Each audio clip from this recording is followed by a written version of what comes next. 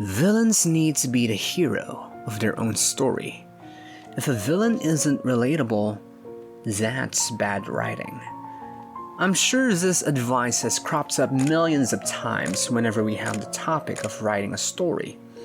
That every villain we have should be redeemable in some way. That the only way we can get our audiences to get hooked on the villain is for them to have sympathy towards the bad guy.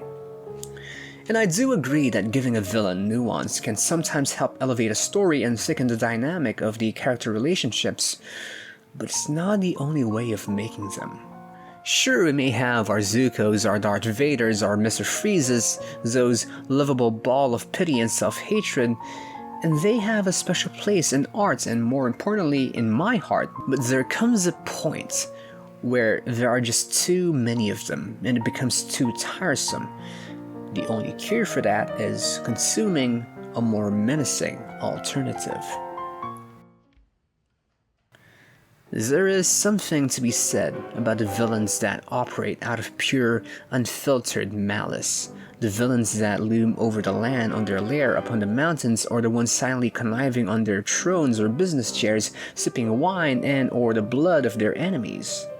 The complete monsters whose only motivation is to bring upon doomsday and salt the land with chaos. The nomenclature for such villains is varied and organized into categories, all of which have their similarities and differences, thus making an overlap inevitable. But for the sake of this video, let me just call them as pure evil villains.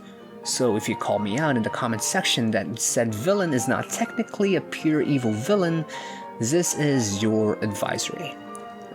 Please leave me alone, I'm scared of all of you. Now then, to start us off, let's begin with an overview. What is a pure evil villain? How do we identify such a character? Please divert your attention here to this nifty checklist we can use to check if the character we are dealing with is pure evil. First, their motivation for villainy is simple and straightforward. Wealth, power, the kicks. The bed of any good pure evil villain is their one-track mind towards the attainment of their goals. No nuance, no mental gymnastic to justify why they shot your dog, just good old-fashioned dastardness. Moreover, they should be having fun in executing their countless atrocities, unbothered by the consequences or the morality. After that, we can tell they are pure evil because they cannot be persuaded.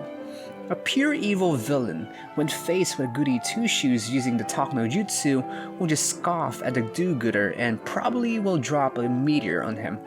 That's because their resolve in doing such villainy is rigid, their morals unchanging, and every attempt to talk sense into them will just bounce right off. In some cases, they may team up with the heroes as one of my favorite tropes, but it's always for a selfish cause, and betrayal is surely on the horizon. Next, they need to exude menace. Of course, sympathetic villains are also menacing in their own rights, but nothing beats the foreboding danger of an unstoppable mass of self-confidence that has no speech check that you can exploit. A pure evil villain must not only wreak devilish charm and charisma, but also be terrifyingly proficient in executing their heinous plans. This can also be expressed through the choice of clothing, with their dark capes and spikes jutting out of every which way. This aura, in turn, results in them having a great swath of influence. A pure evil villain, though not entirely exclusive to them, seems to have a menagerie of minions that work beneath them, the working class grunts that do their dirty work. Still, some of them may opt to work by their lonesome, but they still affect the world around them in a profound way. Lastly, a pure evil villain has an origin of little relevance or no origin at all. If he is a villain born out of tragedy, then that backstory should not be able to redeem their actions whatsoever. A pure evil villain should not see an ounce of redemption and would break spectacularly when their plans are thwarted and their morality tested. All of these traits combined create the pure evil villain. As you can see, there is no space for sympathy, no wiggle room for the moral high road. As a result, pure evil villains serve a singular purpose for any story they are in, an obstacle to overcome.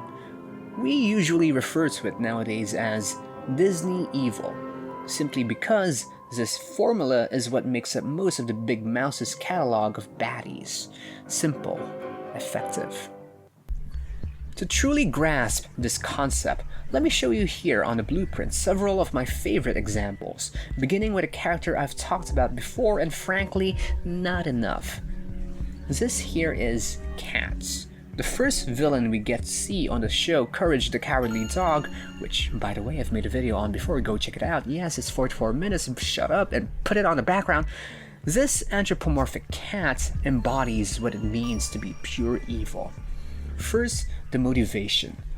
All of his schemes in the show, they only serve as a way for him to satisfy his own personal delights. In the episode Club Katz, for example, he cons both Muriel and Eustace in his made-up island getaway. Why, you may ask? Not for money, but to transform them into appliances and make them fight gladiator style. Of course, as you do. He is also a character that cannot be persuaded and would do everything in his power to achieve his goal, like when Muriel tried to talk him out of literally exploding the submarine they were in. And if we're talking about aura, there's no place to run. For the influence, well, he has spiders at his disposal, I guess, and as for his backstory, he doesn't have one. Katz is a textbook psycho, as pure evil as it gets, his schemes often involving only his own desires, not even for money or power. Still, his character is just that, an obstacle, a one-dimensional conflict, a character with only one purpose. And it is here we can see why people usually disregard these characters. It's because in episodic cartoons such as Courage, villains like Katz are most of the time just a stock placeholder and could easily be replaced by a different character in their cast. So by now you're probably wondering why I am campaigning for pure evil villains. If they're only here to move the plot, then why not make them more sympathetic to keep them interesting? Well, dear viewer, if we go back to our checklist here, there is some leeway for us to give these characters a bit more nuance, a bit more purpose, without turning them into a sympathetic villain. In writing characters, we have something called the foil. A foil is a character that serves as a contrast to another character. The difference accentuates each of the character's traits. These characters may highlight the contrast physically, ethically, emotionally, and much more. Foil characters may be the protagonist's allies or even his antagonists, and in this purpose, pure evil villains shine the brightest. Examples like how Batman's dark and calculating is further highlighted with the use of Joker's flashy and chaotic. Having a foil elevates both characters and fleshes out a pure evil villain externally, and it doesn't even have to be a protagonist. Think Zuko and Firelord Ozai.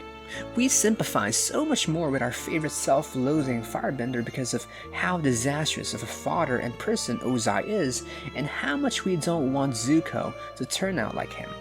And on top of that, Ozai just becomes that more monstrous and ruthless when we compare him to his son, who actually knows what the hell compassion is. I need to stop with Avatar because this video will become a slog. I feel it. And to hammer this point home, I want to show you one of my favorite character foils and one of my favorite pure evil villains, period. They wronged me, and I will make it right. Lord Shen is as purely evil as it gets.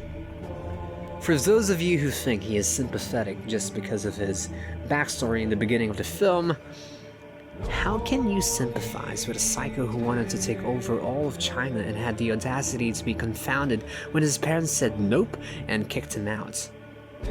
Anyway, Shen is a pure evil villain.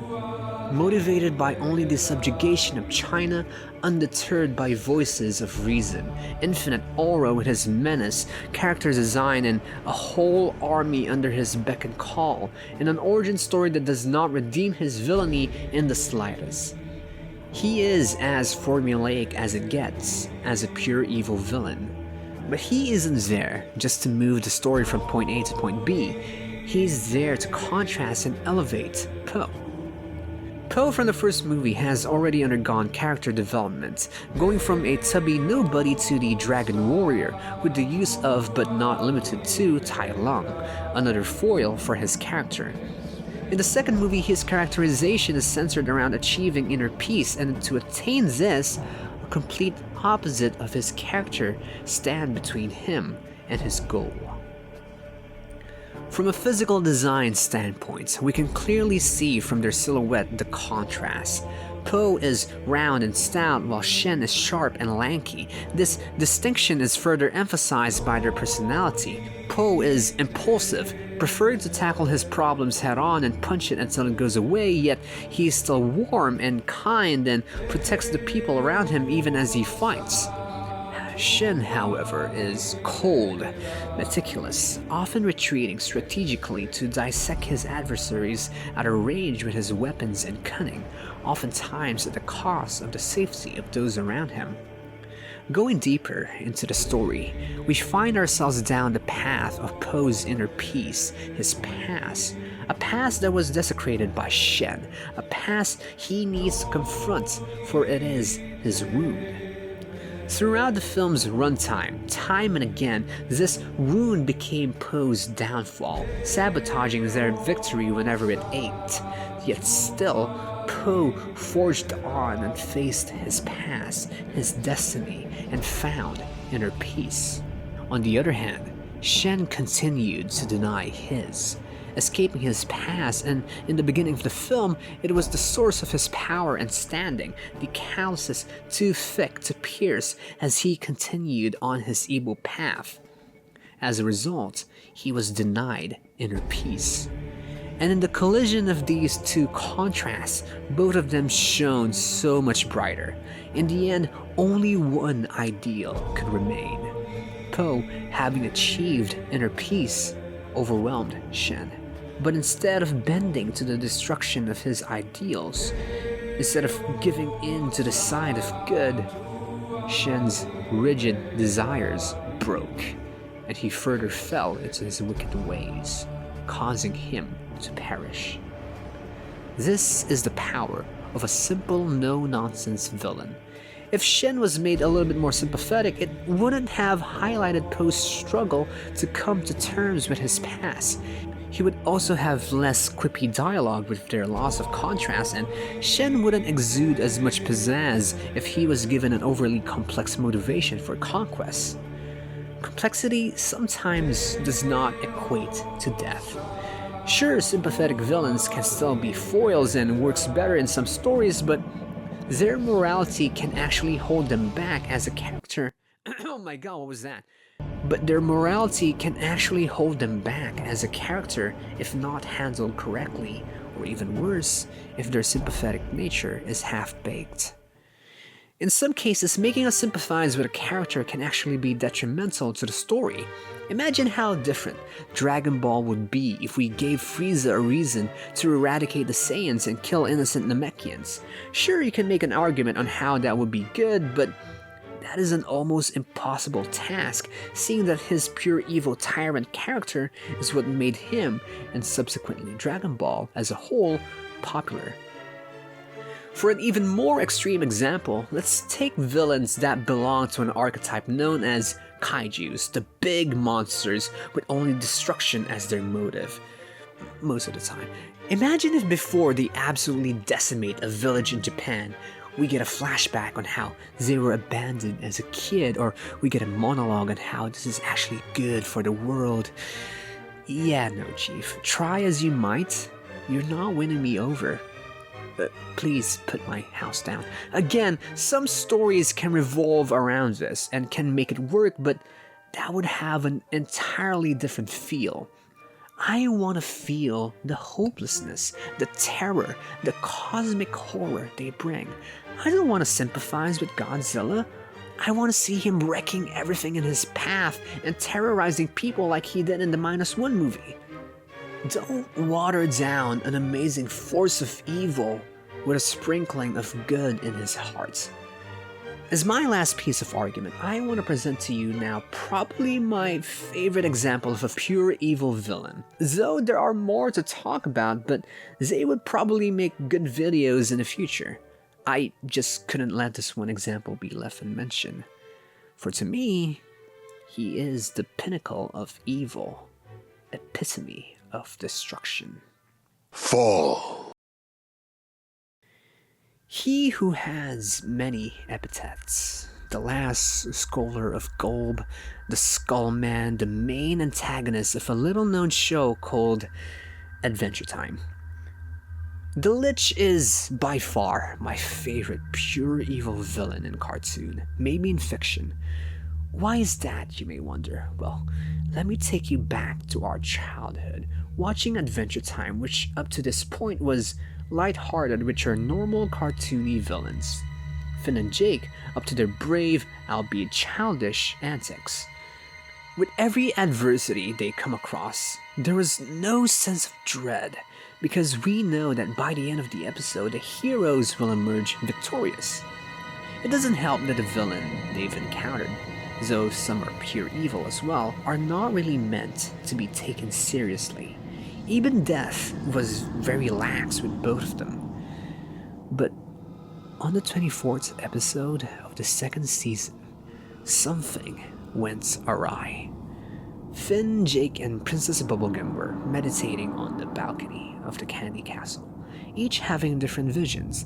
Finn with his power fantasy, Jake with, and Princess Bubblegum?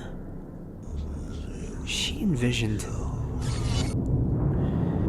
She knew there was something wrong. So she took the two heroes up to the heart of the tree where imprisoned in an amber shell was the last scholar, whispering, attempting to break into the mind of anyone close to him. He was once defeated by a hero named Billy and was sealed up in the resin. Only the gems given by Princess Bubblegum stand between him and his escape. Luckily for Finn, Jake, and the princess, they were wearing them.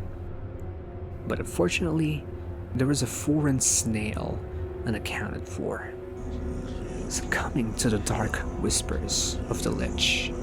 It broke the dark being out.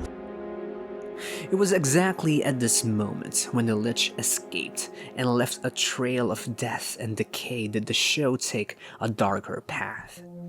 From the fun episodic cartoon to a more narratively complex one. It was in this episode that we for the first time feel the utter hopelessness of the situation. Jake falling to the green flames, Finn falling prey to the scholar's mind control. Even after seemingly defeating the Lich, he would come back in a different form in the following episode, possessing the princess. Time and time again, even after seemingly being defeated by the hands of Finn, he would claw his way back to the show. In the possession of Billy, his reincarnation as Sweet Pea, the hand that possessed New Death, he, in all intents and purposes, was immortal. Later on, we get to learn that Lich was the literal incarnation of evil itself, the green catalyst comet, the polar opposite of Finn. And in every universe where good exists, there's also the Lich. And the scary thing is, he prevailed in most of them. For his only purpose is to bring upon the end of all life, and he will literally go to the lengths such as ask who is basically God in the Adventure Time world to bring upon extinction. And in Fiona and Cake, in a universe where they ended up in, we could see exactly how a world would look like if this desire of his was executed. How he has done all of this to please the being known as Golb. I could go on and on, gushing about how cool he is, but that would take me forever. The thing is, if we gave the Lich a sympathetic background, I don't think we'll have the same show. Hell, I'm not convinced we would even have Adventure Time at all. And this was intended by the creators. As we can see here on the original pitch, we can clearly see that the Lich King is not funny. Adventure Time needed an overwhelming force of evil, not only for the plot but also for the development of its characters. After the Lich was introduced, Finn changed. He matured, grew into the hero of Wu as we know him as. Slowly, he shed his childish ways because of the great evil he faced. This is another thing a pure evil villain can do exceptionally well, to force the hero into heroism. If it was another sympathetic villain, he would have turned out like Naruto, who always seemed to want to recruit his enemies into the good side, and people have criticized him for doing just that. Not villains, mind you, because they were great, but it would have been nice to see a sprinkling of irredeemable bastards in there that receive one last Rasengan to the afterlife. All I'm saying is, make more villains like this, please. Simple, clean, evil. It may seem like a good idea to give every character nuance and relatability, but sometimes all a story needs is someone to finally shoot the dog.